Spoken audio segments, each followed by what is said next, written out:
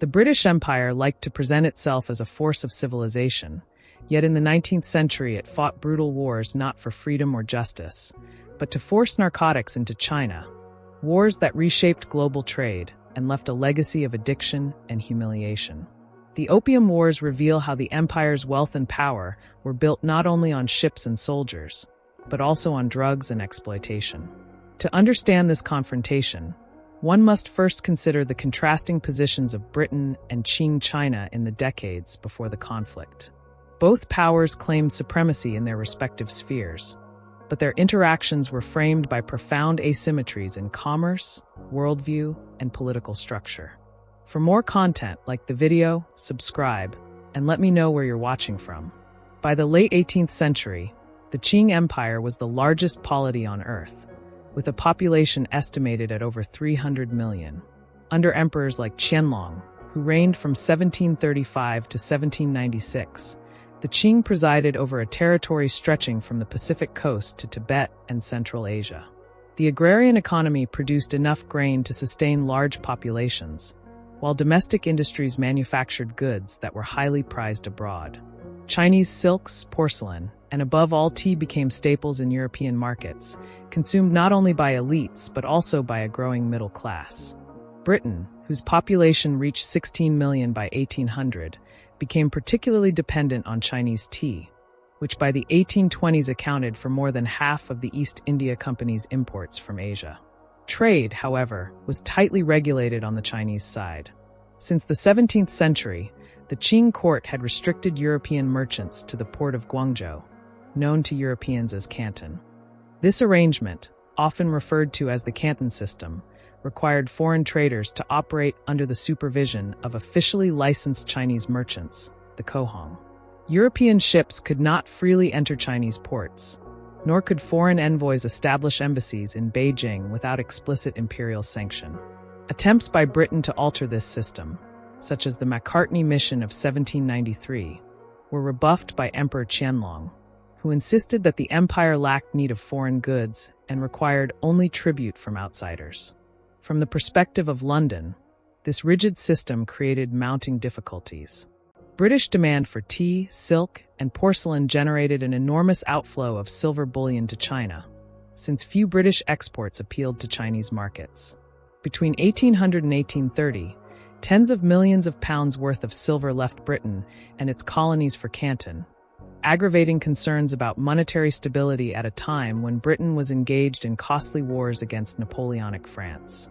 The East India Company, which held a monopoly on trade with China until 1834, faced constant pressure to identify commodities that might reverse the imbalance.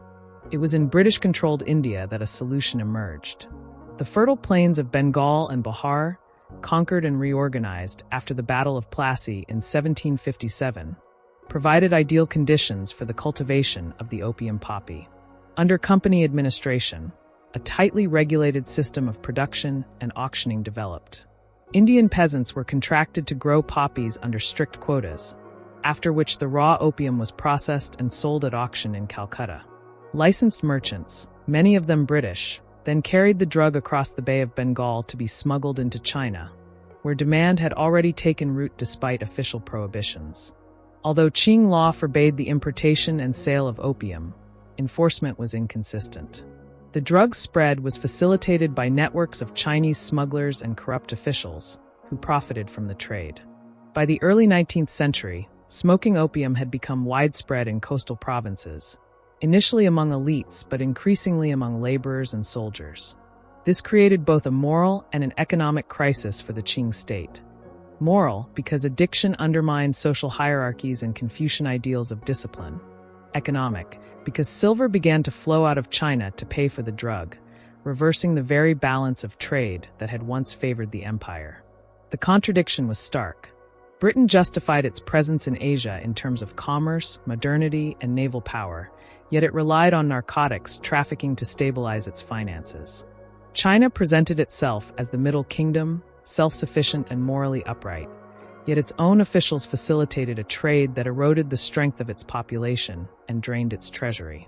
These parallel hypocrisies would collide when the Qing attempted to impose a decisive ban and the British government, determined to defend its commercial interests, responded with armed force. By the 1830s, the scale of the problem had grown beyond what either side could ignore.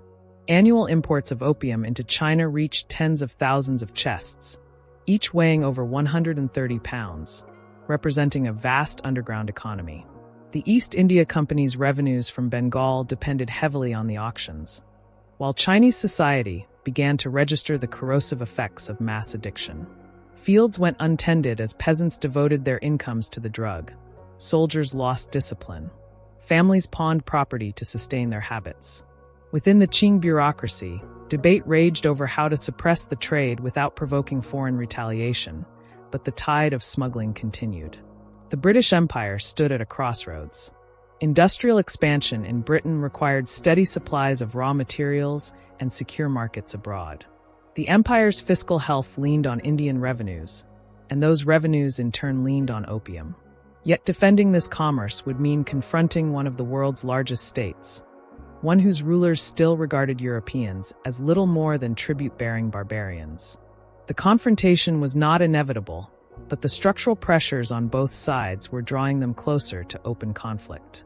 In the early decades of the 19th century, the Qing Empire appeared to many outsiders as the apex of stability and wealth. Its territory encompassed nearly 13 million square kilometers, extending across Inner Asia, Tibet, Manchuria, and the vast agrarian heartlands of the Yangtze and Yellow River basins.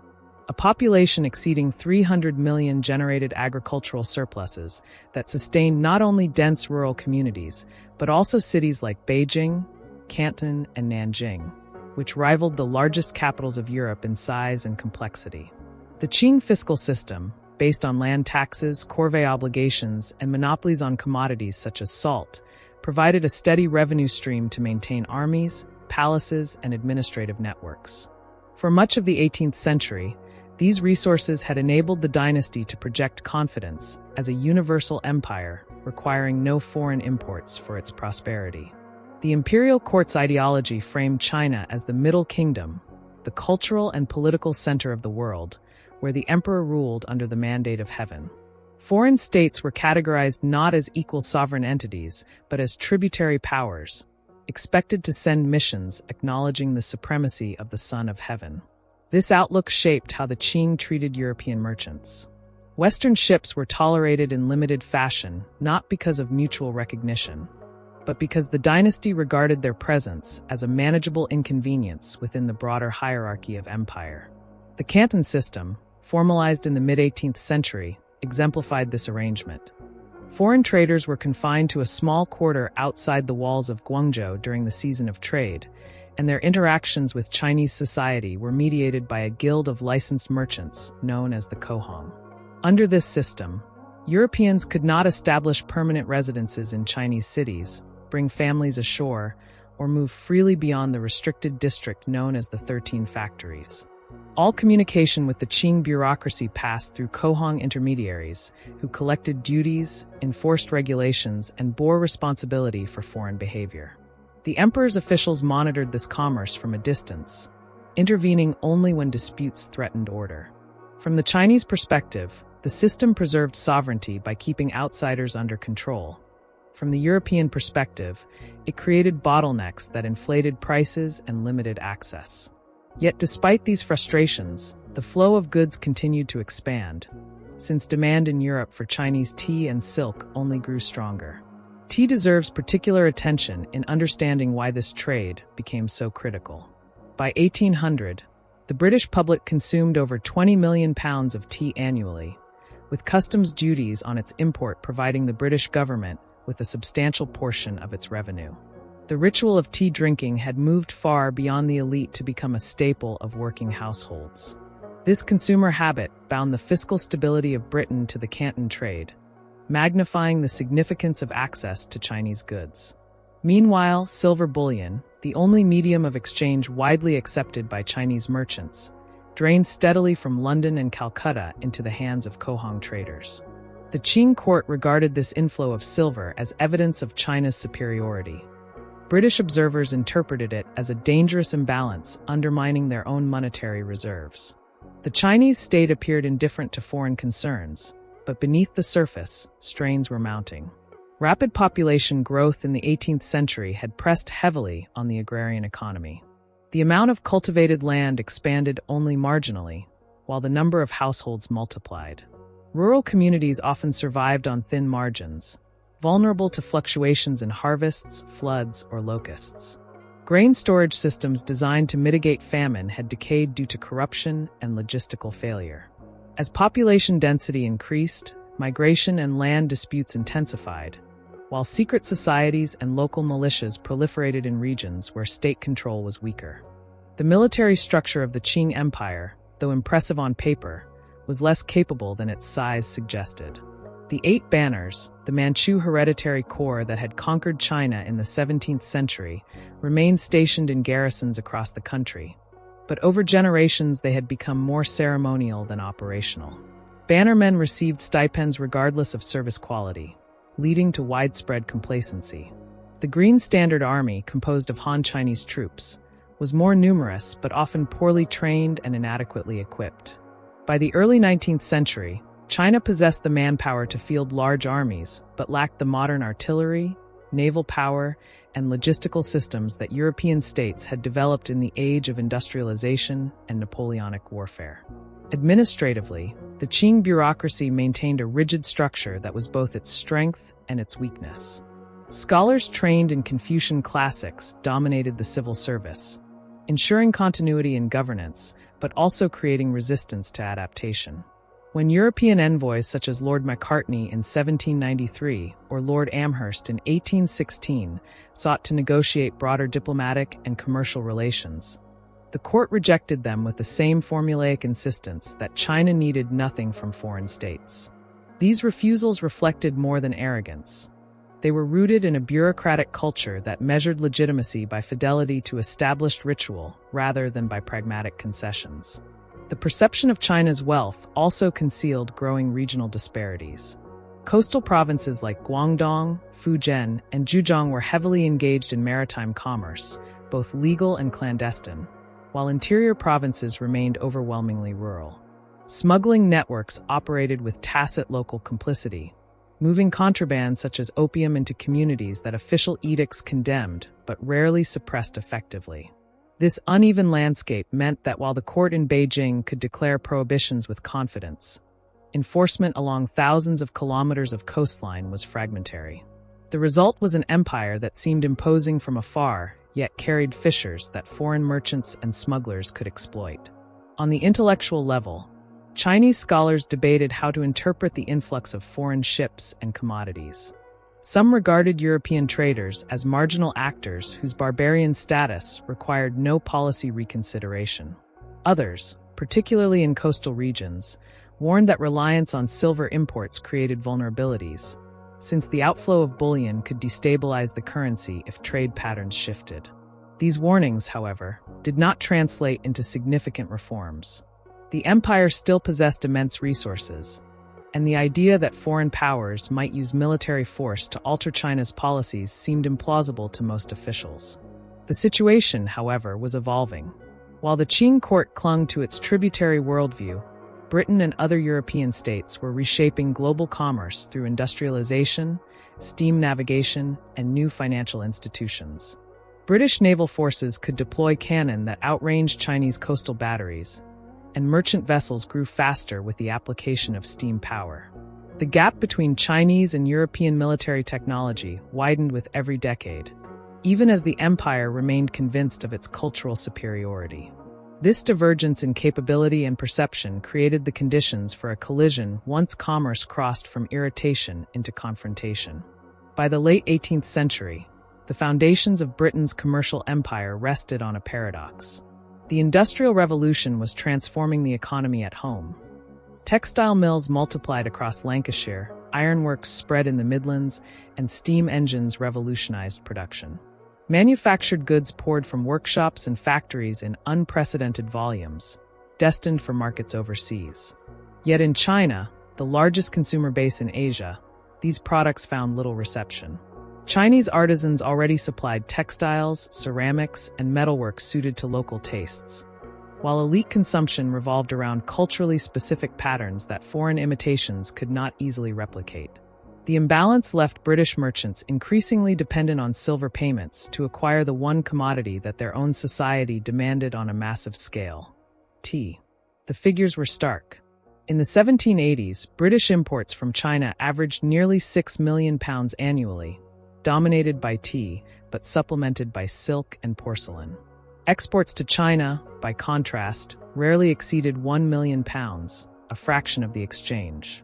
This imbalance forced the East India Company to make up the difference in bullion. Silver shipments departed from London and, increasingly, from Calcutta, draining the reserves of a nation whose government relied on stable currency flows to fund its debts. Britain's national debt, swollen by wars against France and the costs of empire, exceeded £200 million by the turn of the century. Policymakers watched anxiously as hard currency left their control, fearing both economic vulnerability and the political consequences of monetary scarcity. The company's directors sought remedies through diversification of trade routes and experimentation with alternative exports. Woolens, once a mainstay of English overseas trade, were unsuited to China's climate and met with little demand. Metal products, though technically advanced, struggled against entrenched local industries. Attempts to market British clocks, scientific instruments, and manufactured curiosities found some buyers among wealthy Chinese elites. But these sales were too minor to affect the overall balance. Missionary enterprises occasionally suggested that the spread of Christianity might open cultural doors to commerce. But such hopes proved illusory under Qing restrictions. The company's commercial agents knew that without a commodity capable of sustaining large-scale demand in China, the drain of silver would continue. It was in India that a more practical solution emerged. The East India Company had gained direct control of Bengal after the mid-18th century, and from this fertile region it extracted both land revenues and agricultural commodities. Opium, already grown on a small scale, became the centerpiece of a new strategy to offset the Chinese imbalance. While direct export of opium from Britain to China was impossible, the cultivation of the drug in Bengal allowed the company to dominate supply and control pricing. The auctions held in Calcutta provided merchants with standardized chests of opium, each containing roughly 140 pounds, packed for shipment across the Bay of Bengal. These auctions generated steady income for the company and, indirectly, for the British state through dividends and taxation.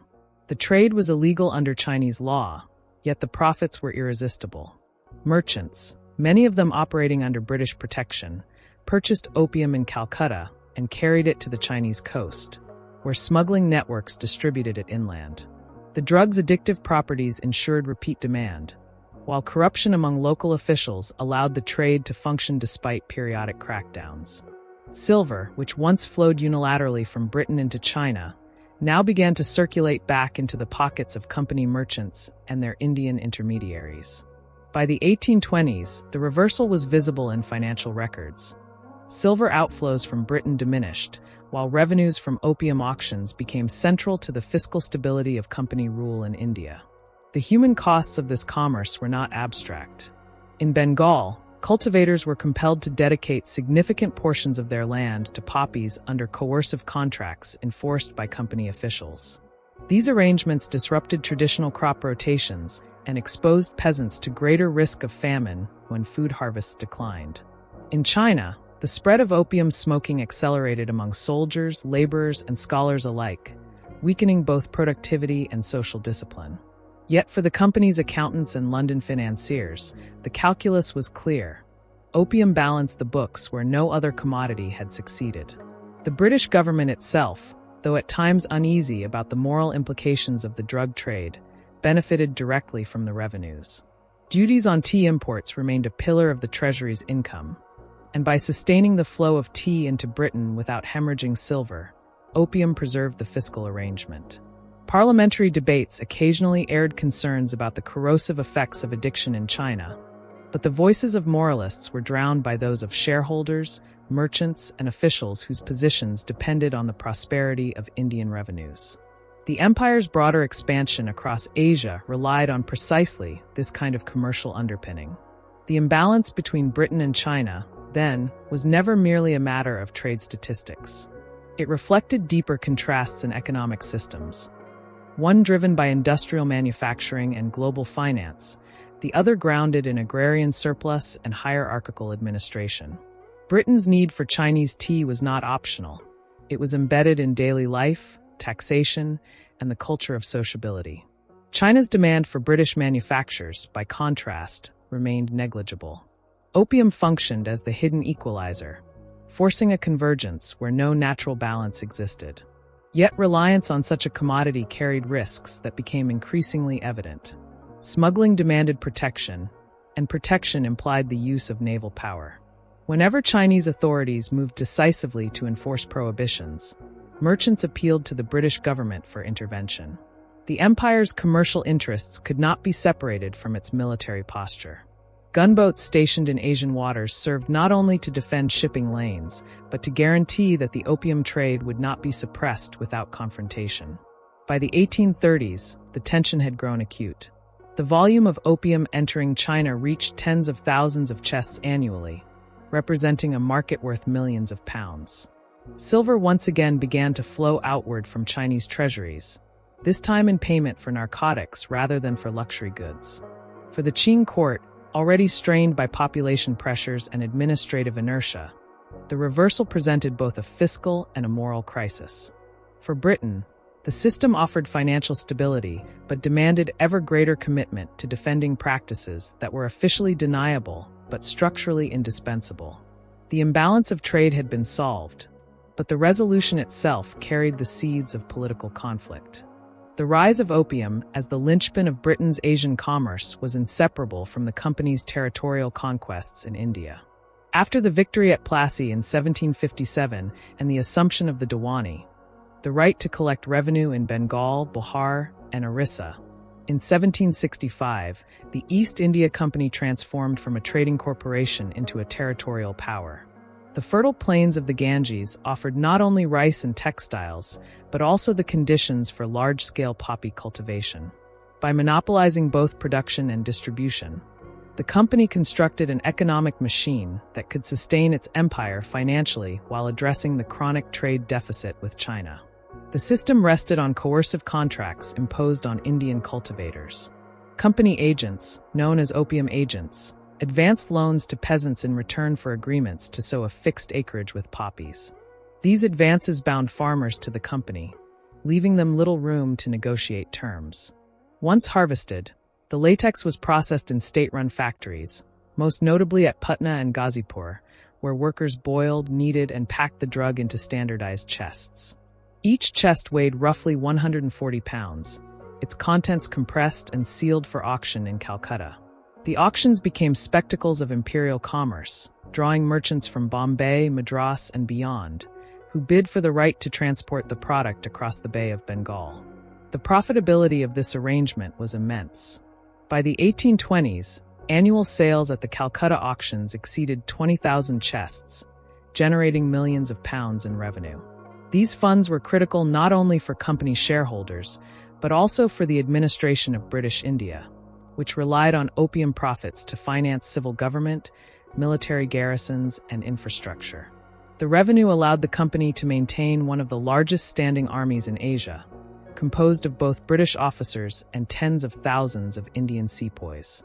Without the proceeds from opium, sustaining this military establishment would have strained London's treasury at a time when imperial commitments were already expanding across the globe. Yet the system also entrenched hardship among those who produced the drug. Peasants compelled to dedicate land to poppies often reduced the acreage available for food crops. In years of poor harvest or high grain prices, this distortion left entire districts vulnerable to famine. Resistance was limited by the company's authority, which combined fiscal power with military enforcement. Those who failed to meet quotas could be prosecuted or fined, while local landlords were drawn into the system as intermediaries, ensuring that the hierarchy of rural society supported rather than obstructed the trade. The result was an agricultural economy increasingly skewed toward a single export commodity whose ultimate market lay thousands of miles away. From the perspective of global commerce, the opium system displayed the integration of empire. Indian cultivators supplied the raw material. Company factories standardized it into chests. Merchants purchased it with capital raised in Bombay or Calcutta. Ships carried it to the Pearl River Delta. Chinese smugglers distributed it inland. And silver payments then returned through these channels, replenishing the coffers of the East India Company and, indirectly, the British Treasury. Few commodities better illustrated the interdependence of conquest, trade, and finance that defined Britain's 19th century imperial power. The routes of transportation were carefully calibrated. Vessels often sailed under neutral or private flags to obscure direct company involvement, since officially the trade remained illicit in Chinese eyes. Many ships anchored at Lintin, an island off the coast near the Pearl River estuary, where floating warehouses stocked with opium allowed smugglers to purchase consignments without entering Canton itself. Fast Chinese boats, manned by crews adept at evading patrols, ferried the drug up the rivers and into towns. The Kohong merchants, though bound by law to exclude opium, frequently colluded with smugglers, while officials in the provincial bureaucracy turned a blind eye in return for bribes. The volume expanded relentlessly. By 1830, annual imports approached 30,000 chests, representing a market that dwarfed any other commodity exchange between Europe and Asia. The silver that once flowed into China for tea now streamed outward to pay for narcotics, destabilizing local economies and alarming Qing officials. The profits, however, sustained the company's dominance in India and reinforced Britain's naval presence in Asian waters. Investors in London reaped dividends, while the government counted on duties from the tea trade, which opium indirectly supported by preventing the outflow of bullion. The drug's impact on Chinese society magnified the stakes. Initially consumed among elites as a luxury, opium spread rapidly to soldiers, artisans, and peasants. Addiction eroded labor discipline and strained household economies, as users pawned possessions to purchase their supply. The drain of silver weakened provincial treasuries, complicating the state's ability to fund its armies and granary systems. Reports of widespread dependence reached Beijing, where debates intensified over how to halt the trade without inviting confrontation with foreign powers. For Britain, the entrenchment of the opium system created obligations that extended beyond commerce. Protecting the auctions in Calcutta meant defending the cultivation zones in Bengal. Defending the merchants who purchased the chests meant maintaining naval patrols in the South China Sea. And defending the financial returns meant confronting any Qing initiative strong enough to threaten the trade. Each layer of dependence tied British imperial policy more closely to the fate of a single commodity. Yet opium's centrality did not eliminate anxieties. Company officials knew that reliance on an illegal trade left them vulnerable to diplomatic disputes and moral criticism. Some directors feared that exposure could tarnish Britain's reputation, while missionaries in India and China denounced the traffic as a betrayal of Christian duty. But the sheer scale of the revenue muted these voices. Without opium, the company would struggle to fund its administration, maintain its armies, or remit dividends to shareholders in London. In practice, financial imperatives outweighed moral scruples. By the mid-1830s, the trade had reached a critical threshold. Chinese consumption showed no sign of decline. Silver exports accelerated, and the Qing government, confronted with the erosion of fiscal stability, prepared new measures to suppress the traffic with greater vigor. In Britain, meanwhile, the question was not whether to maintain the system, but how to safeguard it against the mounting resistance of an empire that still claimed to control its own frontiers. By the 1830s, the social consequences of the opium trade in China had become impossible for the Qing government to ignore. What had once been a restricted indulgence among wealthy merchants and officials was now a widespread practice extending deep into the fabric of society. Smoking dens proliferated in coastal cities and market towns, attracting both the prosperous and the destitute. Soldiers in provincial garrisons, boatmen along the rivers, clerks in the bureaucracy, and farmers in rural districts all became consumers. The demand was self-sustaining, for addiction created a dependency that bound users to the smugglers who supplied them. The spread of addiction was measurable in economic terms. Silver, the backbone of China's monetary system, began to flow outward at alarming rates. Treasury records indicated a reversal of the long-standing inflow that had characterized earlier centuries of trade. By the early 1830s, estimates suggest that more than 30,000 chests of opium entered China annually, each representing a fortune when converted into retail transactions. As households sold valuables or diverted earnings to purchase the drug, less silver remained in circulation for taxes or commerce. Provincial governments found it increasingly difficult to meet their fiscal obligations, weakening the state's capacity to maintain armies, repair flood defenses, or fund granaries. The impact on labor was equally severe. Farmers under the influence of opium neglected fields, while artisans struggled to maintain productivity in workshops. In the military sphere, the addiction of soldiers and officers compromised discipline and combat readiness. Reports from governors described garrisons where a large portion of the troops were incapacitated, unable to endure long marches or handle weapons effectively. In a system that depended heavily on the stability of local order, the spread of addiction among those tasked with maintaining security created vulnerabilities that could not be easily dismissed. Moral concerns layered upon these material consequences.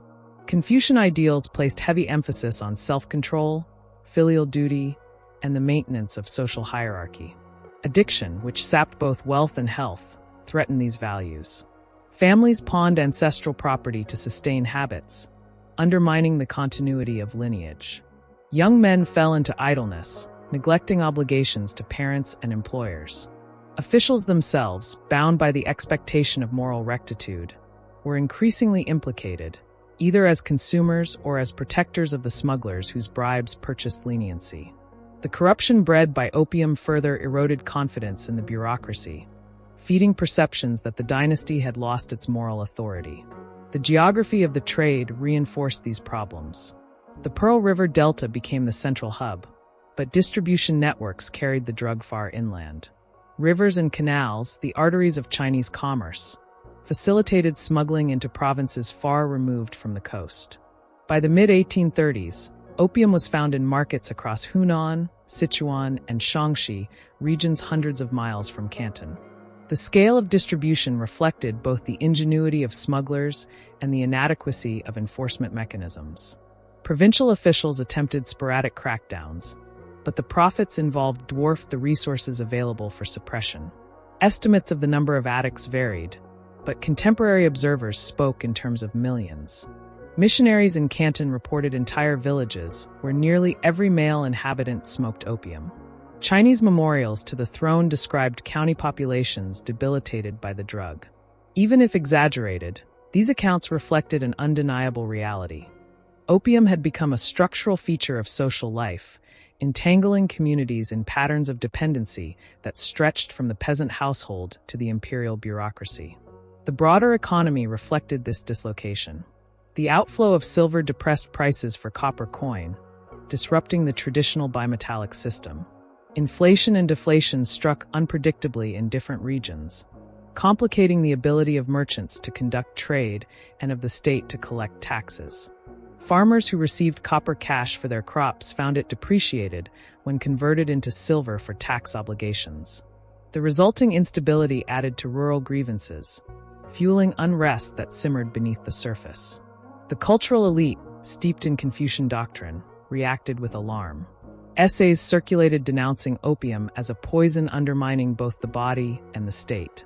Some writers called it a foreign barbarian's weapon, designed to sap the vitality of China. The language of national decline, once reserved for natural disasters or dynastic corruption, was now applied to a commodity whose very presence revealed the empire's vulnerability to external forces. This intellectual climate shaped the debates in Beijing, where the emperor and his advisors grappled with how to confront a trade that was simultaneously illegal, pervasive, and tied to the commercial networks of the world's most powerful naval empire. Yet even as criticism mounted, the profits from opium bound many Chinese actors to the system. Local gentry, merchants, and officials enriched themselves by facilitating smuggling. Taxes collected informally from opium sales became a source of revenue for county administrations starved of silver. Smugglers reinvested profits into legitimate businesses, blurring the line between illicit and sanctioned commerce. The contradiction between official prohibition and unofficial participation created a dual economy in which the state's writ was publicly asserted but privately compromised. The crisis sharpened awareness that the opium problem was not only a matter of individual addiction, but of structural weakness. The empire's bureaucratic machinery struggled to enforce its own laws across vast territories. Naval technology lagged behind that of the foreigners who supplied the drug, leaving coastal patrols outclassed. The fiscal system, dependent on silver, was ill-equipped to handle sustained outflows. Each element magnified the others, creating a cycle of deterioration that neither local officials nor the central court could arrest by ordinary means. By the close of the decade, pressure on the Qing court reached a breaking point. Memorials from provincial governors arrived with increasing urgency, detailing the drain of silver, the corruption of officials, and the collapse of discipline among troops. Scholars warned of dynastic decline if decisive action was not taken. The emperor faced a choice between tolerating an intolerable situation or appointing officials empowered to strike at the trade with unprecedented force. When the Qing court resolved that the opium crisis could no longer be tolerated through half measures, it turned to an official whose reputation for integrity stood above reproach, Lin Zexu. Born in Fujian province in 1785, Lin had risen through the examination system with distinction, securing high posts as governor-general in several provinces. His career was marked by an unusual combination of moral rectitude and administrative efficiency, qualities that recommended him for a task which most officials feared to undertake. In 1838, the Daoguang Emperor appointed him imperial commissioner with extraordinary powers to suppress the opium trade in Guangdong, the epicenter of smuggling. Lin's appointment represented both a gamble and a statement of intent. The emperor, aware of the depth of the crisis, needed an official who could act with decisiveness and maintain incorruptibility in a province saturated by bribery. Lin arrived in Canton in March 1839, accompanied by a retinue of officials and soldiers that signaled the seriousness of his mission. His first steps were uncompromising. He issued edicts demanding that all foreign merchants surrender their opium stocks under threat of expulsion and closure of trade. Local Chinese smugglers were targeted with arrests, and corrupt officials were warned that complicity would bring punishment.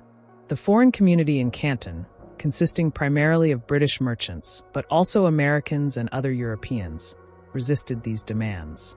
They argued that they were not subject to Chinese law, and that surrendering their opium would ruin them financially.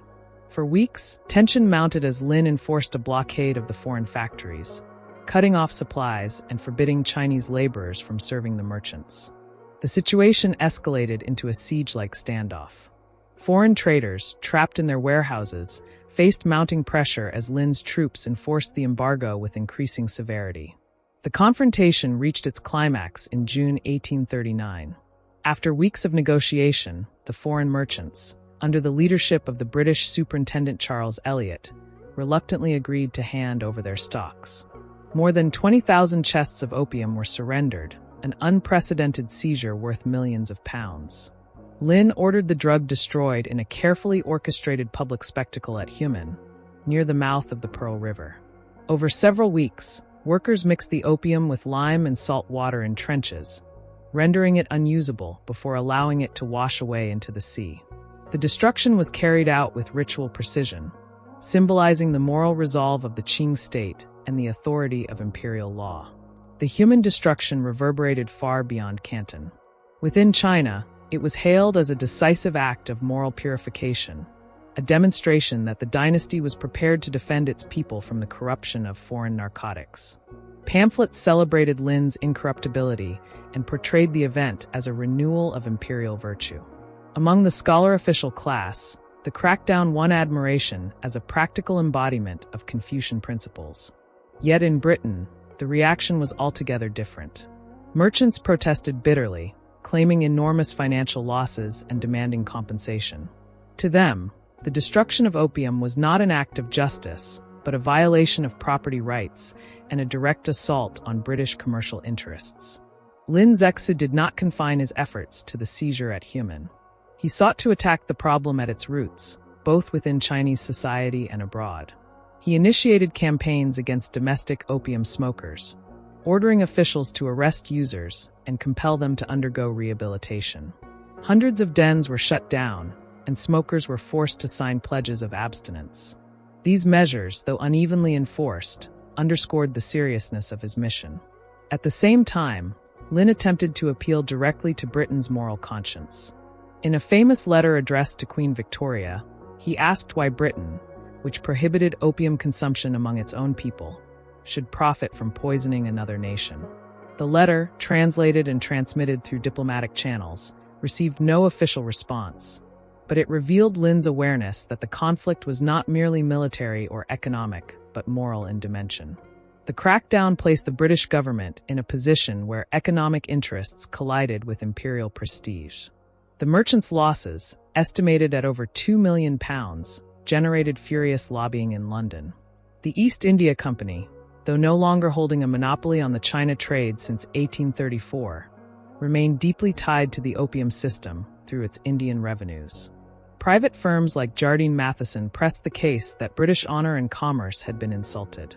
Their argument resonated in a political climate where free trade was increasingly enshrined as national doctrine. To acquiesce in the destruction of opium would be, in their view, to concede that Britain's global influence could be curtailed by a foreign power. For Lin Zexu, the confrontation was only the opening stage. His orders extended to monitoring the coast for renewed smuggling, tightening restrictions on foreign merchants, and enforcing moral reform within Chinese society. Yet his measures, though resolute, ran against the momentum of international trade. Smugglers sought new routes, foreign merchants clamored for government protection, and the British Navy loomed offshore with resources far superior to those of Qing coastal defenses. The destruction at Human had established a principle of sovereignty, but it had also set in motion a collision that would test the limits of China's military and political resilience. The destruction of opium at Human in June 1839 was both a moral triumph for the Qing court and a commercial calamity for British merchants. Between these opposing perceptions lay the inevitability of armed confrontation.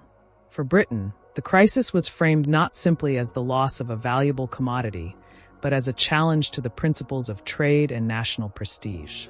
For the Qing, it was a matter of asserting sovereignty over its territory and enforcing laws that had long been ignored. The clash that followed unfolded along the waterways and coastlines of southern China, where British naval power met Chinese defenses that had remained largely unchanged for centuries. The first encounters revealed the disparity in technology and organization. In November 1839, at Chuenpi near the mouth of the Pearl River, Chinese junks confronted British gunboats in an engagement that underscored the imbalance.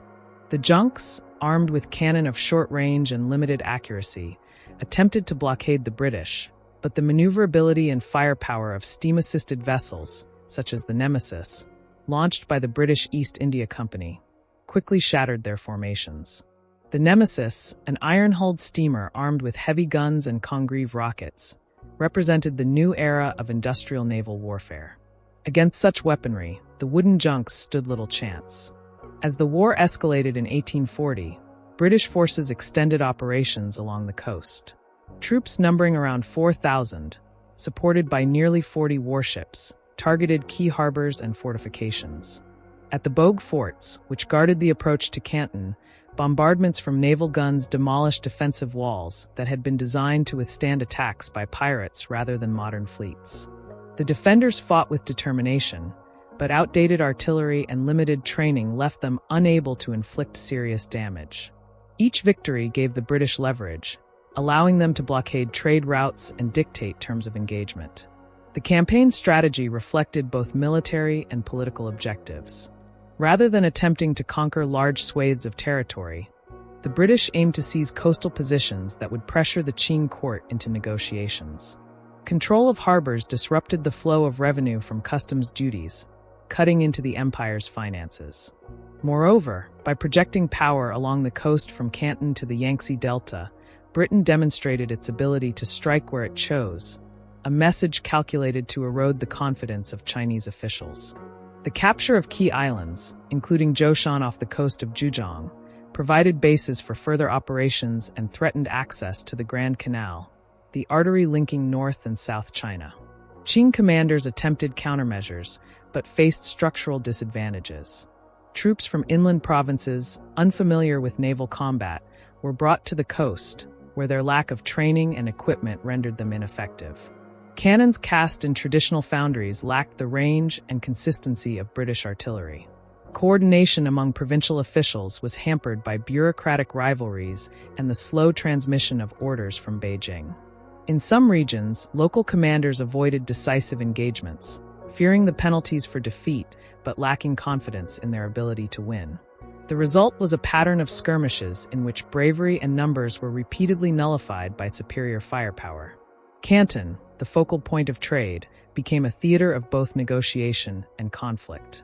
British representatives pressed for compensation and expanded trading rights, while Lin Zexu continued to enforce prohibitions with unyielding resolve. The impasse hardened attitudes on both sides. When negotiations stalled, British ships shelled coastal defenses, further demonstrating the vulnerability of Qing fortifications. The destruction inflicted upon civilian shipping added to the disruption of commerce, amplifying local discontent. Merchants whose livelihoods depended on stable trade began to pressure officials to seek compromise, adding another layer of tension within the empire. In 1841, the British escalated their campaign with the occupation of the city of Ningbo and other strategic points along the Zhejiang coast. These operations extended the conflict beyond Guangdong, signaling that the war was not a localized dispute, but a confrontation affecting multiple provinces. The mobility of British naval forces allowed them to bypass fortified positions and strike deeper into Chinese territory. At each stage, the imbalance between modern naval artillery and static coastal defenses became more pronounced. The psychological impact of these defeats was considerable. Reports reached Beijing describing the inability of provincial forces to halt the foreign ships, the loss of revenue from disrupted trade, and the demoralization of troops confronted by weapons they could neither match nor withstand. Within the court, debates intensified between factions urging conciliation and those demanding continued resistance. The emperor, torn between maintaining authority and recognizing military realities, shifted his representatives, replacing Lin Zexu with officials deemed more flexible in negotiations. Yet the fundamental issue remained unresolved. Britain sought formalized concessions, while the Qing still regarded the war as an intrusion to be repelled.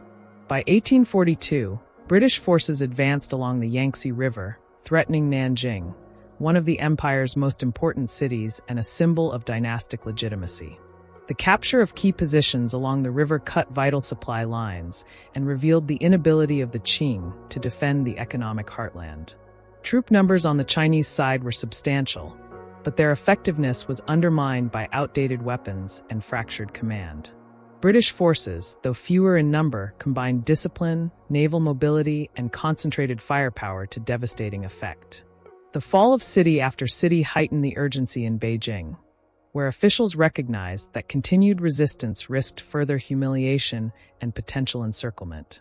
As British gunboats pressed upriver, the strategic situation reached a critical stage.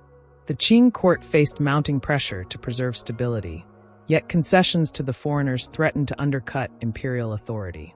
The question was no longer whether to negotiate, but what terms could be accepted without provoking domestic unrest or further foreign demands. The advance of British forces up the Yangtze in the summer of 1842 created a situation the Qing court could no longer deflect through proclamations or partial concessions. Nanjing, the former capital of the Ming dynasty and still a city of enormous symbolic and economic weight, lay exposed. British warships demonstrated their ability to move inland at will, bypassing coastal fortifications and striking at the arteries of the empire. The occupation of Zhoushan and Ningbo had already disrupted regional commerce, but the threat to Nanjing meant the prospect of crippling damage to the empire's very heartland. Faced with the disintegration of defensive capacity, the Daoguang emperor instructed his officials to open negotiations. The talks that followed took place aboard British vessels anchored in the Yangtze, a setting that itself underscored the imbalance of power. On August 29, 1842, representatives of the Qing dynasty signed the Treaty of Nanking with British plenipotentiary Sir Henry Pottinger. The agreement was unprecedented in Chinese diplomacy. Unlike tributary missions of the past, this was not framed as an exchange of ritual gifts, but as a binding international treaty, written in foreign legal terms and imposed under the pressure of military force. The treaty's provisions reshaped the structure of Sino-British relations. First, China ceded the island of Hong Kong to Britain in perpetuity. At the time, Hong Kong was a sparsely populated island with a deep natural harbor, but its location made it an ideal base for naval and commercial operations in the South China Sea. The cession established Britain's first colonial foothold on Chinese territory, a fact that carried enormous implications for future relations. Second, the treaty dismantled the Canton system by opening 5 ports, Canton, Xiamen, Amoy, Fuzhou, Ningbo, and Shanghai, to British residents and trade. Within these treaty ports, British merchants were granted the right to establish permanent settlements, conduct business directly with Chinese counterparts, and be represented by their own consuls. This measure effectively bypassed the Kohong monopoly and undermined the Qing state's ability to regulate foreign commerce. The opening of Shanghai, in particular, would in time transform global trade networks, but even in the 1840s it signaled a profound shift in China's exposure to external markets. Third, the treaty imposed an indemnity of 21 million silver dollars on the Qing government, payable in installments. This sum, intended to cover compensation for the destroyed opium, debts to merchants, and the costs of the British expedition, placed heavy strain on China's already weakened treasury. The indemnity accelerated the outflow of silver that opium itself had begun, compounding fiscal instability. Provincial officials faced the task of raising extraordinary levies to meet payment schedules, fueling resentment and hardship among local populations. Fourth, the treaty established a fixed tariff regime. Duties on British imports would be standardized at low rates, effectively stripping the Qing government of its traditional ability to regulate commerce through flexible taxation. This clause not only favored British merchants, but also set a precedent for similar demands by other Western powers, who would soon insist on equal treatment under the principle of most favored nation. The symbolic weight of the treaty was as significant as its practical terms. For centuries, the Qing emperors had treated foreign envoys as supplicants, their missions framed as tributes to the Middle Kingdom. The Treaty of Nanking inverted this hierarchy. China was compelled to treat Britain as an equal, not through choice but through coercion. The language of the treaty avoided any acknowledgement of Qing superiority and instead adopted the format of Western international law, binding China in a system it had not created. The humiliation of signing under duress was not lost on contemporaries within the Qing bureaucracy. In Britain, the treaty was hailed as a triumph of free trade and naval power. Parliamentary debates celebrated the opening of Chinese markets and the establishment of Hong Kong as a secure colonial base. Merchants anticipated vast opportunities for commerce, while officials emphasized that the principles of the treaty could be extended to other nations, cementing Britain's role as arbiter of global trade. Newspapers framed the war as a necessary assertion of national rights, even as critics pointed to the moral contradiction of defending a narcotics trade through military violence. For the Qing, the consequences were more complex. The indemnities drained the treasury, the loss of Hong Kong symbolized territorial vulnerability, and the opening of ports created enclaves where foreign merchants operated beyond traditional controls. Yet the court, while dismayed, attempted to treat the treaty as an isolated concession, a temporary price paid to secure peace. Officials reassured themselves that by restricting the concessions to 5 ports, the integrity of the empire at large might remain intact. But this calculation underestimated both the precedent the treaty established and the determination of foreign powers to expand on its provisions. The implementation of the treaty immediately altered the dynamics of coastal China. British consuls arrived to establish offices in the treaty ports, accompanied by merchants eager to exploit the new access. Warehouses, docks, and foreign settlements grew rapidly, particularly in Shanghai, where the convergence of the Yangtze and coastal trade routes created a natural hub. The presence of foreign enclaves, protected by treaty rights, eroded the authority of local officials, who found themselves unable to enforce traditional regulations within these zones. Smuggling continued alongside legitimate commerce, blurring the line between legal and illicit trade. The wider implications extended beyond Britain and China. Other Western powers, observing the precedent, prepared to demand similar terms. The United States and France soon secured their own treaties modeled on Nanking, ensuring that Britain would not enjoy a monopoly on the new privileges. The principle of unequal treaties began to take shape, marking the start of an era in which China's sovereignty would be systematically constrained by foreign powers acting under the banner of international law. Within the Qing bureaucracy, debate did not end with the signing. Some officials argued that the concessions were unsustainable and urged measures to strengthen coastal defenses and limit foreign penetration. Others counseled accommodation, warning that confrontation without reform would only invite further defeats. The emperor himself vacillated, approving the treaty under pressure, but uneasy about the precedent it created. The tension between resistance and accommodation would continue to define policy in the years ahead, as foreign merchants pressed deeper into the economic life of the empire. The Treaty of Nanking did not curtail the flow of opium into China. On the contrary, by opening ports to foreign residents and legitimizing a broader foreign presence, it created new conditions in which the trade expanded with unprecedented reach. While the treaty itself had not legalized opium, the infrastructure it established, treaty ports, consular representation, and extraterritorial enclaves, allowed merchants to operate with greater security. For British and American traders, the years following 1842 were not a retreat from narcotics, but an opportunity to consolidate and enlarge their share of the Chinese market. Shanghai emerged as the most important hub of this expansion. Located at the mouth of the Yangtze River, it connected the richest agricultural basin in China with maritime routes across East Asia. After 1843, when the British established their settlement there, warehouses, docks, and foreign residences multiplied rapidly. The settlement was governed under British consular authority, shielded from the reach of Chinese officials. American and French enclaves followed, creating a patchwork of foreign-controlled districts within the city. In this environment, opium merchants found security and logistical advantages. Shipments from Calcutta could be landed, stored, and distributed inland with little fear of official interference. The economics of the trade reflected its growing centrality to British imperial finance. In India, the East India Company continued to supervise cultivation in Bengal, auctioning chests in Calcutta for transport to China. Revenues from these sales underpinned the company's ability to govern its Indian territories, pay dividends to shareholders, and remit funds to London. By the late 1840s, more than 40,000 chests of opium were entering China annually, representing a market valued at tens of millions of silver dollars. American merchants, though not directly involved in Indian production, purchased large consignments at Calcutta and transported them under their own flags, diversifying supply routes and complicating Chinese enforcement. Chinese society absorbed the drug on a scale far greater than before. Inland provinces saw markets transformed as opium smoking became a common feature of urban and rural life.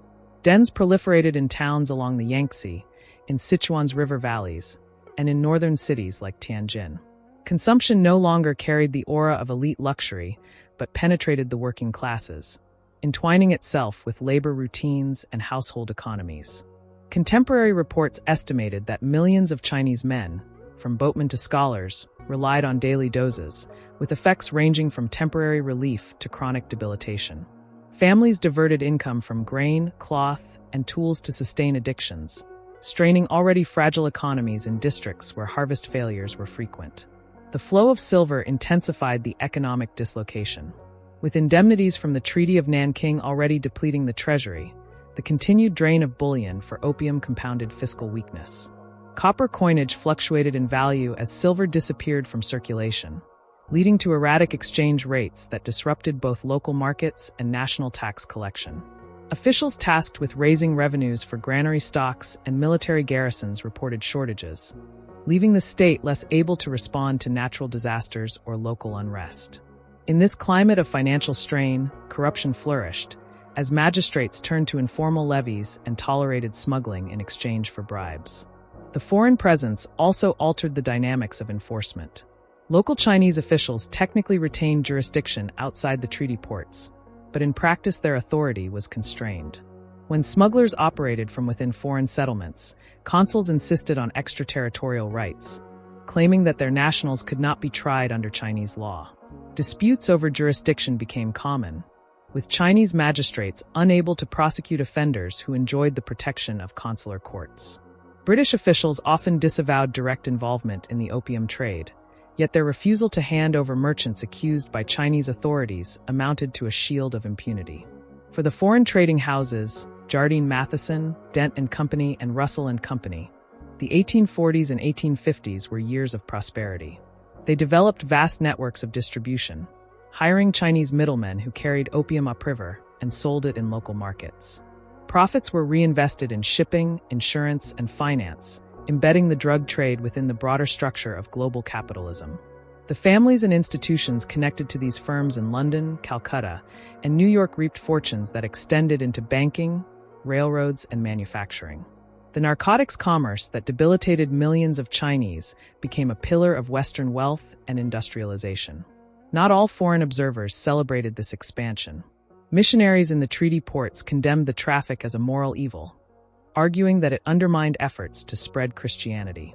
A handful of British parliamentarians voiced similar concerns, pointing to the hypocrisy of enforcing anti-opium laws at home while profiting from the drug abroad. Yet these protests remained marginal compared to the weight of economic interests. For officials in India, for merchants in the treaty ports, and for financiers in London, the revenues were too integral to be jeopardized by moral considerations. The Chinese state attempted to adapt, but with limited success. Local crackdowns continued, with arrests of smokers and occasional raids on smugglers, yet the scale of the trade dwarfed enforcement capacity. Inland officials frequently lacked the resources to patrol rivers or intercept caravans, while coastal defenses had already been shown to be inadequate against Western naval forces. Memorials to the throne lamented the corruption of society and the bankruptcy of the treasury, but the emperor's decrees yielded little practical change. The dynasty remained caught between prohibitions it could not enforce and a trade it could not eradicate. As the 1850s approached, the expansion of the opium trade intersected with broader currents of unrest. Population pressures, rural impoverishment, and administrative weakness converged with the narcotics crisis to deepen social strain. In many provinces, secret societies and religious sects gained recruits by denouncing corruption and foreign intrusion. At the same time, disputes between Chinese officials and foreign merchants grew more heated, as incidents in treaty ports exposed the unresolved tensions between sovereignty and extraterritorial rights. The contradictions embedded in the post-Nanking system ensured that commerce would not remain confined to the realm of trade alone. The years after the Treaty of Nanking brought neither stability nor mutual trust. While foreign merchants enjoyed the privileges of the treaty ports, frictions with Chinese officials multiplied. Disputes arose not only from the opium trade, which remained technically illegal yet widely practiced, but also from broader questions of sovereignty. Extraterritorial rights, guaranteed under British and subsequent American and French treaties, meant that foreigners accused of crimes in China were tried in their own consular courts rather than under Chinese law. To Qing magistrates, this was an intolerable intrusion on authority. To Western merchants, it was an indispensable protection. Each incident of conflict carried the potential to escalate into larger confrontation. Underlying these disputes was the unresolved issue of access to the Chinese interior. Britain and other powers had secured entry to 5 treaty ports, but their merchants desired wider markets. Inland provinces represented millions of potential consumers, yet the Qing court resisted further openings, determined to confine foreign presence. Missionaries pressed for freedom to travel and proselytize beyond coastal enclaves, often against the wishes of provincial officials. The result was a climate of constant negotiation and confrontation, in which each side tested the limits of the Nanking system. By the mid-1850s, the situation grew more volatile. China itself was convulsed by the Taiping Rebellion, a vast civil war centered in southern and central provinces that drained imperial resources and undermined authority.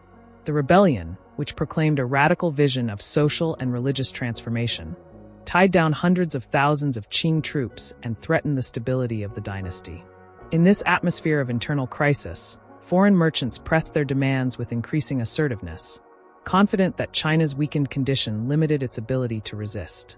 The immediate spark for renewed conflict came in Canton, the same city that had been the epicenter of earlier disputes. In October 1856, Chinese authorities seized a small vessel known as the Arrow. The ship was registered in Hong Kong but crewed largely by Chinese sailors. Accused of piracy and smuggling, it was boarded by Qing officials, who arrested a dozen crew members. Although the vessel's British registration had technically expired, the British Superintendent of Trade, Harry Parkes, treated the seizure as an affront to British sovereignty. He demanded the immediate release of the crew and an apology from the governor of Guangdong, Yi Mingchen. Yi refused to issue the apology. While he released the sailors after interrogation, he maintained that Chinese jurisdiction applied, particularly given the questionable status of the Arrow's registration. Parkes and his superior, Sir John Bowring, governor of Hong Kong, regarded the incident as an opportunity to force broader concessions from the Qing. They argued that the seizure represented a violation of treaty rights and a direct insult to Britain's national honor. The dispute over a minor vessel became the pretext for escalating demands, including the opening of Canton itself to foreign residents, something the Qing court had consistently resisted since 1842. British naval forces quickly intervened. Gunboats bombarded the river defenses of Canton, targeting the Bogue forts once again. The bombardments inflicted heavy damage and demonstrated, as they had in the First Opium War, the vulnerability of traditional Chinese fortifications. In the city, Governor Yi attempted to rally resistance, but his forces lacked the means to contest modern naval artillery. As shells fell on Canton, resentment among the local population hardened, feeding anti-foreign sentiment that extended beyond official circles. The incident soon drew in other powers. France, citing the execution of a French missionary in Guangxi province in 1856, allied itself with Britain in pressing claims against the Qing. French officials argued that their treaty rights to practice religion and protect missionaries had been violated, and they joined the British in demanding new concessions. The United States and Russia, though less directly involved militarily, also maneuvered diplomatically to ensure they would share in any advantages secured by Britain and France. The confrontation that began with the Arrow was transforming into a broader conflict over the shape of China's relationship with the Western powers. For the Qing court, the timing was disastrous. The Taiping Rebellion raged across vast swathes of territory, threatening the empire's survival. Provincial treasuries were depleted, and armies were stretched thin. Yet to concede further to foreign demands risked undermining legitimacy even further, inviting charges from officials and literati that the dynasty had betrayed the principles of sovereignty. Governor Yi, determined to resist, entrenched himself in Canton, refusing to yield to bombardment or negotiation. His intransigence earned him admiration among some Chinese elites, but it also guaranteed that the conflict would widen. In London and Paris, ministers framed the crisis as a question of national prestige and commercial necessity. Advocates of free trade insisted that the restrictions imposed by the Qing were incompatible with modern commerce. The Arrow incident, though minor in itself, was portrayed as proof that China would never voluntarily comply with the obligations of international law unless compelled by force. Naval deployments were increased, and reinforcements prepared for a sustained campaign. The stage was thus set for a renewed war, one in which Britain and France would combine their forces to secure not only redress for immediate grievances, but also sweeping new concessions. With China weakened by internal rebellion and unable to modernize its defenses quickly, the foreign powers saw an opportunity to impose terms more favorable than those obtained in 1842. The shelling of Canton was only the opening phase of a campaign that would carry Anglo-French forces deeper into Chinese territory. The bombardment of Canton in late 1856 marked the beginning of a conflict that would soon exceed the scope of the First Opium War. Britain, joined by France, committed itself to a campaign designed not merely to redress grievances, but to force the Qing dynasty into a more comprehensive reordering of relations. The convergence of Western demands with China's internal crises created a confrontation that exposed the fragility of Qing's sovereignty more starkly than before. Initial operations concentrated on Canton. British gunboats repeatedly shelled the city's defenses through 1857, inflicting heavy casualties and damaging civilian neighborhoods. Governor Yi Mingchen, defiant in his resistance, refused to negotiate with the foreign powers. His determination earned him popular support among Cantonese residents, who saw in him a rare official willing to confront the outsiders. Yet resistance came at a cost. Trade was paralyzed, and thousands of civilians fled the bombardments. In December 1857, Anglo-French forces stormed the city, captured Yi, and sent him into exile in Calcutta, where he died in 1859. The fall of Canton removed one of the dynasty's most intransigent defenders, but it did not bring an end to hostilities. With Canton subdued, the Allied powers expanded their campaign to the northern coast. In 1858, a fleet of nearly 200 vessels, carrying 10,000 troops, sailed northward toward the Gulf of Bohai, the maritime gateway to Beijing. The objective was to apply pressure directly on the imperial court by threatening the capital region. The key obstacle was the Taku forts, a series of fortifications guarding the mouth of the Hai River, which led inland to Tianjin and ultimately to Beijing. In May 1858, after a short but intense bombardment, the Anglo-French forces captured the forts, forcing the Qing to sue for negotiations. The talks culminated in the treaties of Tientsin, signed in June 1858. The terms granted foreign powers new privileges: the opening of 10 additional treaty ports, the right of foreign envoys to reside in Beijing, freedom of movement for missionaries, and the legalization of the opium trade. An indemnity was also imposed, deepening the fiscal strain on the Qing. Although the treaties represented a significant concession, the court hoped they might secure peace. Yet the emperor hesitated to ratify the agreements, and when Allied forces attempted to enter Beijing in 1859 to exchange ratifications, they encountered renewed resistance. The Second Battle of the Taku Forts in June 1859 demonstrated that the Qing had not resigned themselves to foreign demands. Chinese defenders, having strengthened the fortifications and armed them with heavier cannon, repelled the Anglo-French assault.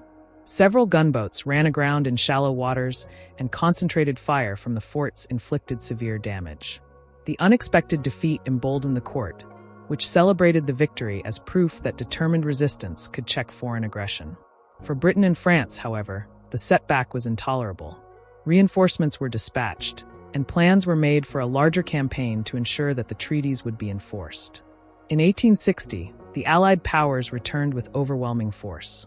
A combined army of 20,000 British and French troops, supported by nearly 170 ships, launched a renewed assault on the Taku forts in August. This time, the weight of modern artillery and disciplined infantry proved decisive. The forts fell after fierce fighting, clearing the way for a march inland. Allied troops advanced on Tianjin and then pressed toward Beijing, facing little effective resistance as Qing forces, demoralized and poorly coordinated, withdrew before them. The climax came in October 1860, when Anglo-French troops entered Beijing. Negotiations had collapsed, and in retaliation for Chinese resistance, including the torture and execution of captured European envoys, the Allies undertook a punitive action that shocked contemporaries. The Old Summer Palace, Yuanminjiwen, a sprawling complex of palaces and gardens outside Beijing, was looted and then systematically burned. The destruction, intended as retribution and as a demonstration of power, reduced one of China's greatest cultural treasures to ruins. The act reverberated as a symbol of humiliation, etched into collective memory as evidence of foreign contempt. With the capital occupied, the Qing court had no choice but to submit. The treaties of Tientsin were formally ratified, and the Convention of Peking was signed in October 1860. The terms expanded on the 1858 agreements. Kowloon Peninsula was ceded to Britain. Further indemnities were imposed. The rights of foreign envoys and missionaries were entrenched, and the legalization of the opium trade was confirmed. The foreign presence in Beijing itself became permanent, with legations established inside the capital, marking a profound breach of China's traditional diplomatic order. The Second Opium War underscored the transformation in the balance of power since the First. Britain and France acted in concert, their naval and military resources overwhelming Chinese defenses. The Qing court, beset by the Taiping Rebellion and other uprisings, could not muster the unity or strength to mount sustained resistance. The destruction of the Old Summer Palace demonstrated that foreign powers were willing not only to impose treaties, but to exact symbolic punishments that displayed China's vulnerability. The consequences reached far beyond diplomacy. The legalization of opium entrenched the trade at the heart of China's economy and society, embedding addiction in daily life with official sanction. The opening of new ports accelerated China's integration into global commerce, while also deepening the erosion of its fiscal and administrative autonomy. The presence of foreign legations in Beijing signaled that the empire's capital itself was no longer insulated from outside intrusion. Yet even as treaties were signed and foreign troops withdrew, the deeper questions remained unresolved. The Qing dynasty faced not only external pressure, but also the continuing upheaval of domestic rebellions, the strains of fiscal collapse, and the erosion of moral authority. The structures of sovereignty were intact in form but weakened in substance, inviting further challenges from both within and beyond China's borders. The settlements imposed in 1858 and confirmed in 1860 altered the framework of China's relationship with the outside world more profoundly than any prior arrangement. The treaties of Tientsin, signed under duress after the capture of the Taku forts, and the Convention of Peking, ratified under the shadow of Allied troops in the capital, created a new order in which Western powers occupied a privileged and permanent place inside the Qing realm. What had begun with the opening of 5 ports in 1842 expanded into a system of formalized intrusion, where foreign envoys, merchants, and missionaries operated under legal protections beyond the reach of imperial authority. The treaties of Tientsin granted sweeping privileges to Britain, France, Russia, and the United States. Foreign envoys were permitted to reside in Beijing itself, a dramatic departure from centuries of policy that had excluded outsiders from the imperial capital. Diplomatic legations became fixed presences within the city, symbols of a loss of sovereignty that the Qing court had long resisted. The legalization of the opium trade gave the narcotic a legitimacy it had never possessed before, embedding it directly within the structures of international law. 10 new ports were opened, including Tianjin, Zhenjiang, Hankow, and Zhejiang, extending foreign access deep into the Yangtze River basin and bringing Western merchants closer to the interior markets that had previously been shielded. The Convention of Peking, signed after the Allied march on Beijing and the destruction of the Old Summer Palace, forced still greater concessions. Britain acquired the Kowloon Peninsula opposite Hong Kong, strengthening its hold on the South China Sea. France secured rights for missionary activity across the empire, allowing churches and schools to be established in regions far from the treaty ports. Russia, though it had played no direct military role in the conflict, profited diplomatically by pressing China into ceding vast tracts of territory along the Amur and Ussuri rivers, expanding Russian influence in Manchuria. The multiplication of privileges across multiple foreign powers ensured that China could not play one adversary against another. The system entrenched collective domination. The economic consequences were immediate. The tariff system imposed by the treaties locked duties at levels favorable to foreign traders, depriving the Qing government of flexibility in revenue collection. Foreign merchants operated under extraterritorial jurisdiction, meaning that they were subject not to Chinese courts, but to their own consular officials. This arrangement effectively exempted them from Chinese law, weakening the authority of local magistrates and creating enclaves of foreign sovereignty within Chinese territory. The presence of permanent legations in Beijing further institutionalized this imbalance, as foreign diplomats could now communicate directly with the central government, bypassing the ritual protocols that had once defined China's foreign relations.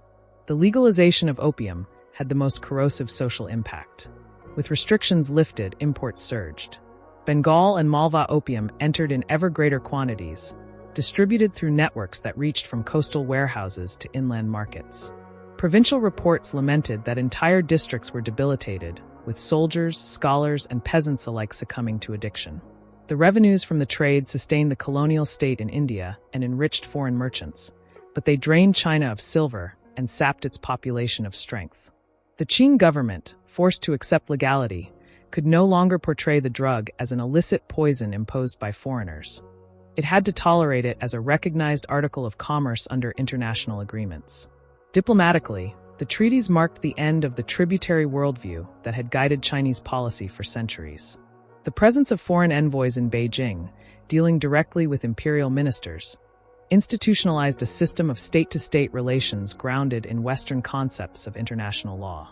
The Qing court, accustomed to treating foreign missions as supplicants bearing tribute, found itself compelled to recognize powers it had once dismissed as peripheral barbarians as legal equals. This inversion of hierarchy carried psychological consequences as profound as the material losses, for it undermined the ideological foundations of Qing legitimacy. The foreign settlements that proliferated after 1860 became permanent features of the urban landscape. In Shanghai, the British, American, and later French concessions operated with their own municipal councils, police, and courts. These districts developed into enclaves of extraterritorial authority, connected to global markets and insulated from Chinese administration. Railways, telegraph lines, and steamships linked the treaty ports to international trade networks, accelerating the penetration of foreign capital into Chinese industry and commerce. Chinese merchants participated in this system, profiting from collaboration, but the balance of advantage rested with the foreigners, whose legal protections and financial backing gave them dominance. For the Qing dynasty, the cumulative effect was destabilizing. Indemnities extracted by the treaties burdened the treasury at a time when the Taiping Rebellion and other uprisings consumed enormous resources. Officials in Beijing struggled to raise funds, often resorting to extraordinary levies that deepened local grievances. The erosion of tariff autonomy reduced fiscal flexibility, while the outflow of silver for opium and indemnities strained the monetary system. Social unrest simmered as secret societies exploited discontent with both foreign intrusion and dynastic weakness. The destruction of the Old Summer Palace during the 1860 campaign remained a wound that deepened the sense of humiliation. The palace, a symbol of imperial grandeur, had been reduced to ruins by foreign soldiers as deliberate punishment. Its absence in the landscape of Beijing stood as a constant reminder of the dynasty's vulnerability. Court officials debated whether resistance or adaptation offered the better path forward, but neither option promised stability. Some advocated for military modernization, inspired by the very weapons that had defeated them. Others counseled compromise, fearing that renewed confrontation would invite even harsher terms. Yet the treaties did more than impose burdens. They also opened channels that foreign powers would exploit to extend their influence. Missionaries, now free to travel and establish institutions in the interior, began to spread not only Christianity, but also Western education and medicine. Merchants expanded operations into the Yangtze Valley, integrating Chinese markets into global supply chains. Diplomats in Beijing pressed for further reforms, arguing that the principles enshrined in the treaties required continuous adjustment. At each point, the boundaries of sovereignty were tested, with foreign powers probing for additional privileges while Chinese officials sought to preserve what remained of their autonomy. As the 1860s unfolded, the treaties became the framework through which China was compelled to engage with an international order it had not chosen. Each clause, from the legalization of opium to the opening of ports, deepened entanglement with foreign interests. The balance of power had shifted decisively, but the trajectory of that shift was far from complete. The expansion of treaty rights and the legalization of opium deepened a crisis whose most visible expression was measured not in the terms of diplomacy, but in the lives of millions of ordinary people. Addiction spread with new intensity once the drug could circulate without the constant threat of interdiction. Opium dens multiplied in urban neighborhoods and market towns. Pipes and paraphernalia became common possessions across households. What had once been stigmatized as a vice of elites was now entrenched in daily existence across broad strata of society. The physiological effects of addiction were accompanied by cascading economic consequences. Households diverted precious silver to sustain habits, undermining their ability to purchase food or tools. Farmers pawned land, craftsmen sold equipment, and families broke apart under the weight of debt. The disruption was not uniform. Some regions suffered more acutely than others. But reports from across the empire testified to the weakening of labor capacity and the disintegration of rural communities. Officials lamented the sight of soldiers unable to endure training, peasants abandoning fields at harvest, and clerks incapacitated at their posts. Fiscal losses compounded these strains. Silver, the linchpin of Qing monetary stability, continued to drain outward. The indemnities imposed by the treaties of Tientsin and Peking demanded immense outflows, while the purchase of opium accelerated the depletion. The depreciation of copper coin relative to silver disrupted local markets, causing unpredictable fluctuations in prices and wages. Merchants hesitated to extend credit, while peasants found their meager earnings insufficient to meet tax obligations. At a time when the state desperately needed revenue to suppress rebellions and maintain garrisons, the erosion of the monetary base hollowed out its capacity. The Taiping Rebellion intersected with these pressures, magnifying their impact. Centered in the Yangtze Valley, the rebellion devastated some of the most fertile and populous regions of the empire. Armies numbering in the hundreds of thousands clashed across the provinces, leaving destruction in their wake. Fields lay fallow, cities were besieged, and trade routes were cut. Amid this chaos, opium continued to circulate, carried by smugglers who profited from instability. Both rebel and loyalist soldiers were reported to use the drug, further weakening discipline and effectiveness. The presence of opium in the very ranks meant to secure the dynasty illustrated how deeply the substance had penetrated Chinese society. Resistance to foreign encroachment took many forms. In Canton and Shanghai, anti-foreign riots erupted as locals protested both the privileges enjoyed by foreigners and the visible effects of addiction. Missionary activity, newly sanctioned under treaty protections, provoked hostility in villages where Christianity was perceived as an assault on traditional values. Secret societies, some with roots in long-standing traditions of anti-dynastic protest, mobilized resentment against both the Qing state and the foreign presence. Their rhetoric often fused nationalism with moral condemnation of opium, portraying the drug as both a physical poison and a symbol of humiliation. Intellectual resistance also emerged. Scholars wrote essays denouncing the government for weakness and urging the people to reject foreign goods. Pamphlets circulated in markets, condemning opium as a tool of conquest and calling for self-strengthening.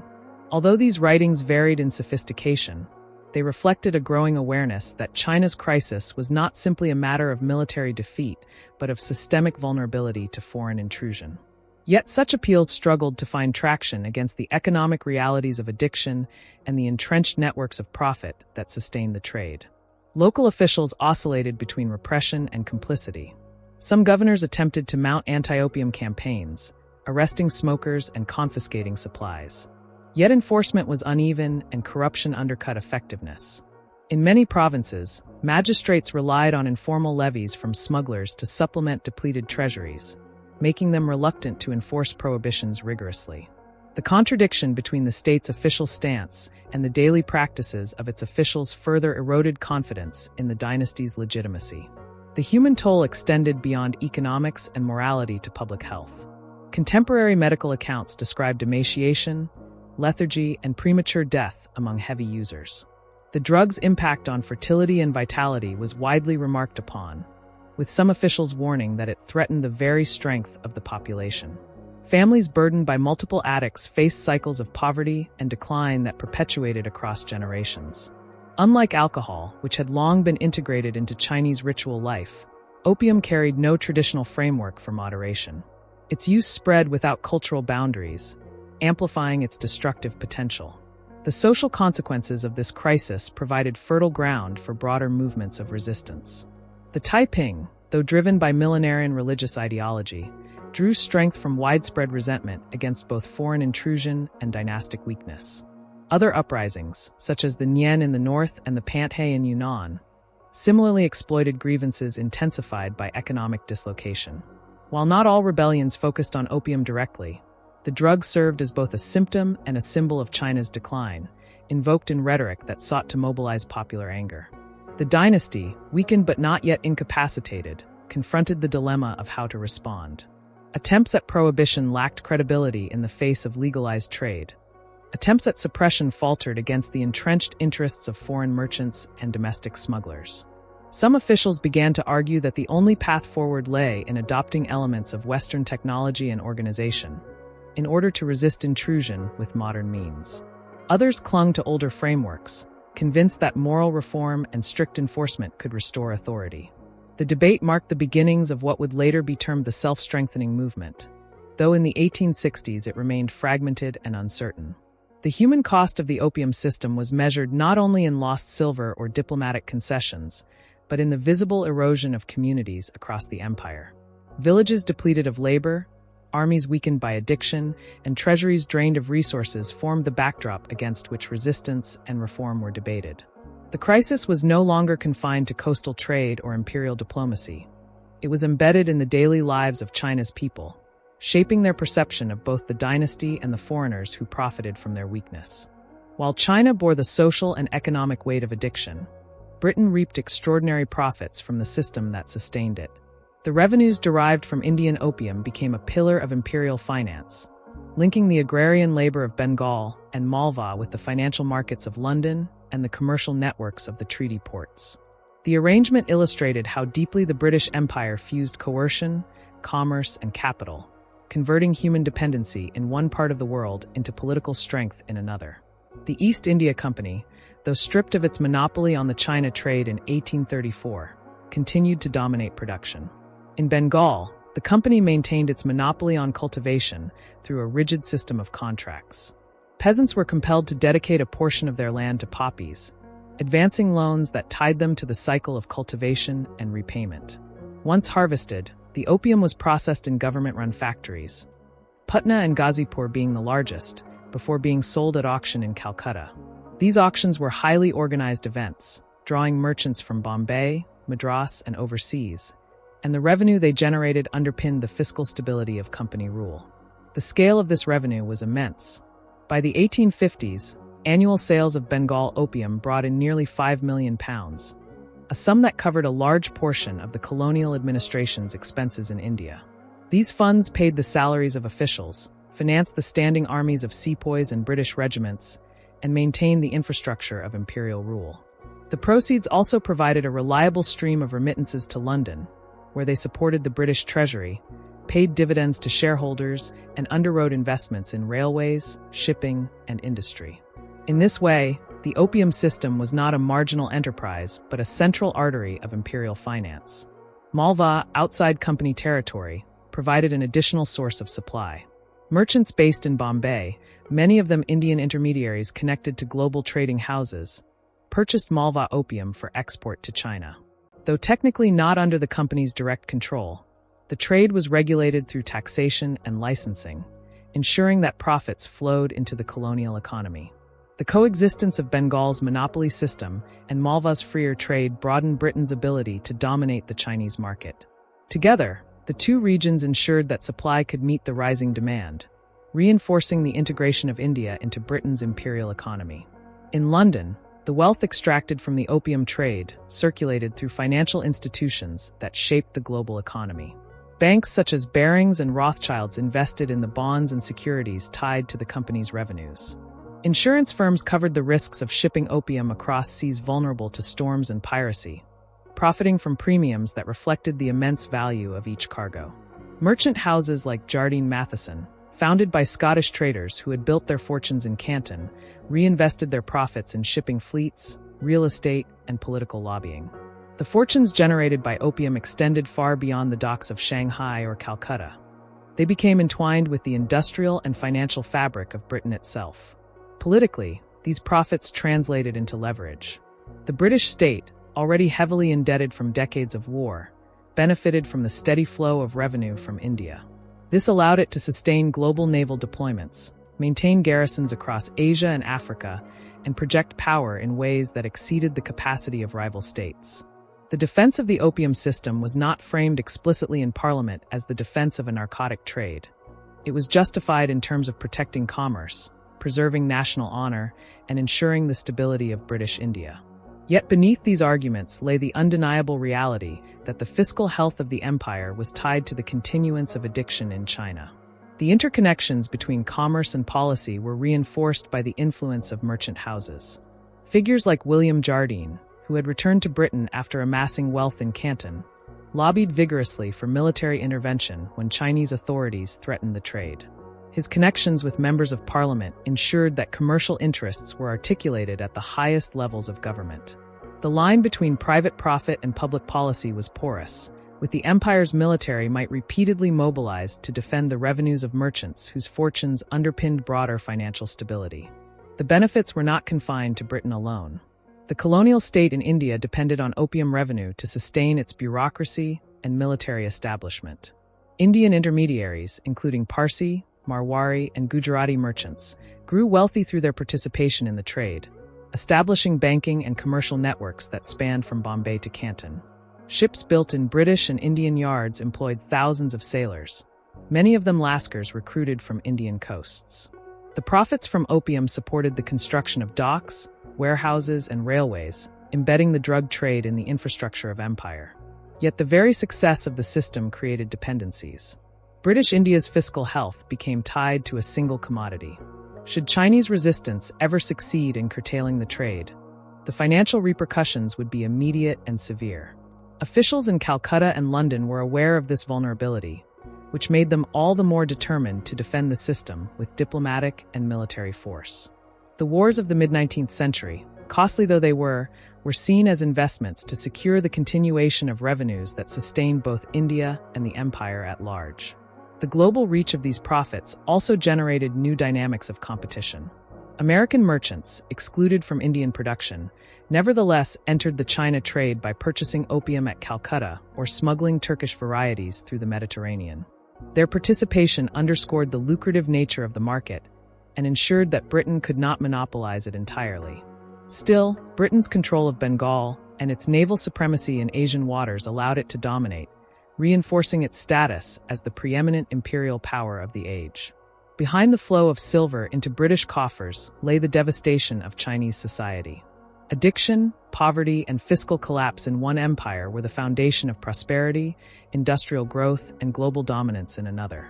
The asymmetry was stark, and its continuation ensured that the fortunes of Britain and China would remain locked in a pattern of extraction and dependency. As the 1860s advanced, the consolidation of Britain's power through the opium system intersected with broader geopolitical shifts. Other European powers pressed for equal access. Russia expanded its hold over Manchuria, and new domestic challenges in China threatened the dynasty's survival. Britain's wealth grew, but so did the number of actors seeking to share in the spoils of China's enforced opening. The conflicts of 1839 to 1842 and 1856 to 1860 left legacies that extended far beyond the immediate treaties and indemnities. They reshaped the trajectory of China's 19th century, altered the balance of global power, and embedded narcotics into the foundations of empire and finance. The Opium Wars were not isolated events, but catalysts that exposed and deepened structural transformations across Asia. For China, the wars initiated what came to be described by later generations as a century of humiliation. The treaties of Nanking, Tientsin, and Peking bound the Qing dynasty to a system of foreign privileges that eroded its sovereignty. Ports once closed to outsiders became enclaves where Western law, commerce, and culture operated independently of Chinese authority.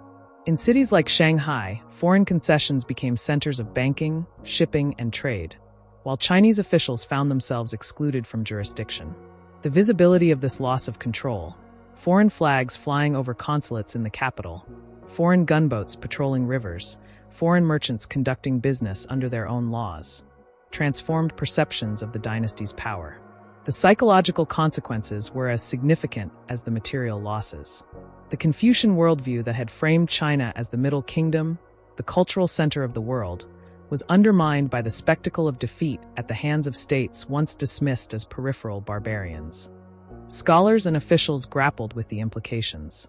Some argued for a return to stricter adherence to moral governance, convinced that dynastic weakness stemmed from corruption and indulgence. Others insisted that only by adopting elements of Western technology and organization could China resist further encroachments. These debates marked the beginning of intellectual movements that would later feed into reformist and revolutionary currents. The legalization of opium-entrenched addiction as a national scourge. Imports surged to unprecedented levels in the 1860s and 1870s, and domestic cultivation expanded to meet rising demand. Provinces such as Sichuan and Yunnan became major centers of production, supplying markets as far afield as northern China. The social toll deepened. Households drained of income, soldiers incapacitated, and communities fragmented by dependency. The fiscal system, already strained by indemnities and military costs, suffered further from the outflow of silver and the depreciation of copper coin. Opium's integration into legal commerce stripped the state of the ability to stigmatize it effectively, making resistance increasingly difficult. Britain's gains extended beyond immediate profit. Hong Kong, seated in 1842, developed into a major colonial port, its deep harbor and strategic position making it a linchpin of Britain's maritime empire in Asia. The Kowloon Peninsula, added in 1860, expanded this base further. From Hong Kong, British merchants coordinated trade networks that reached across the Pacific to California and across the Indian Ocean to the Middle East. The city became a financial hub, linking the revenues of Indian opium with the silver and goods of China, reinforcing London's role at the center of global finance. Other powers followed Britain's lead. France, the United States, and Russia all pressed for comparable privileges, embedding the principle of most favored nation treatment into treaty relations. Russia's territorial gains along the Amur and Ussuri rivers shifted the balance in Northeast Asia, while France secured extensive rights for missionary activity that altered the religious and cultural landscape of many regions. The precedent set by the Opium Wars ensured that China's weakness became a shared opportunity for multiple powers, each extending its influence under the cover of treaty obligations. The impact on international commerce was profound. The opening of treaty ports accelerated China's integration into global markets. Tea exports to Europe expanded, silk trade revived, and silver flowed outward in exchange for goods and narcotics. Foreign shipping dominated coastal and riverine routes, while Chinese merchants adapted by serving as intermediaries, carriers, and suppliers within the new system. The penetration of Western steamships along the Yangtze River symbolized the new era. Technology, law, and commerce converged to bypass the old restrictions of imperial sovereignty. Domestically, the Qing dynasty faced the convergence of external pressure and internal upheaval. The Taiping Rebellion, the Nian Uprising, and the Pantai and Dungan revolts stretched the empire's military and administrative resources to breaking point. Each of these crises intersected with the destabilization caused by opium and foreign intrusion. Tax shortfalls, weakened armies, and popular discontent limited the dynasty's ability to suppress rebellion effectively. Even victories, when achieved, were purchased at enormous cost, leaving the state further indebted and dependent on regional armies commanded by semi-autonomous officials. In Britain, the memory of the wars was framed differently. They were presented as victories for free trade and the assertion of national honor. Parliamentary debates rarely dwelled on the morality of opium. Instead, the focus was on the necessity of securing markets and protecting British lives and property. Merchants and financiers who had profited from the trade became pillars of the imperial economy, their fortunes reinvested into railways, factories, and banks. The linkage between narcotics revenue and industrial growth was seldom acknowledged publicly, but in practice it underpinned the financial strength that allowed Britain to sustain its global hegemony. The Opium Wars also influenced global perceptions of empire. They demonstrated that naval power, combined with limited expeditionary forces, could compel concessions from vast continental states. Other empires drew lessons from this precedent, shaping strategies for expansion in Africa, the Middle East, and Southeast Asia. The wars revealed that technological superiority, steam-powered gunboats, advanced artillery, disciplined infantry, could outweigh numerical strength, a reality that defined much of 19th-century imperialism. Yet beneath the triumphal narratives and the vast profits lay contradictions. Britain, the world's foremost advocate of liberalism and free trade, had built its position in Asia on a narcotic that destroyed millions of lives. China, once the wealthiest and most populous empire, had been reduced to accepting terms dictated at gunpoint, its sovereignty fractured, and its social fabric eroded. The disparities between rhetoric and reality, between profit and suffering, were visible to contemporaries as much as to later observers. As the decades advanced, the structures established by the Opium Wars remained in place. Treaty ports expanded, foreign influence deepened, and Chinese resistance continued in forms ranging from local riots to organized reform. The legacies of these wars were not contained to the 19th century. They shaped the trajectory of China's relationship with the modern world and the ways in which empires defined their power.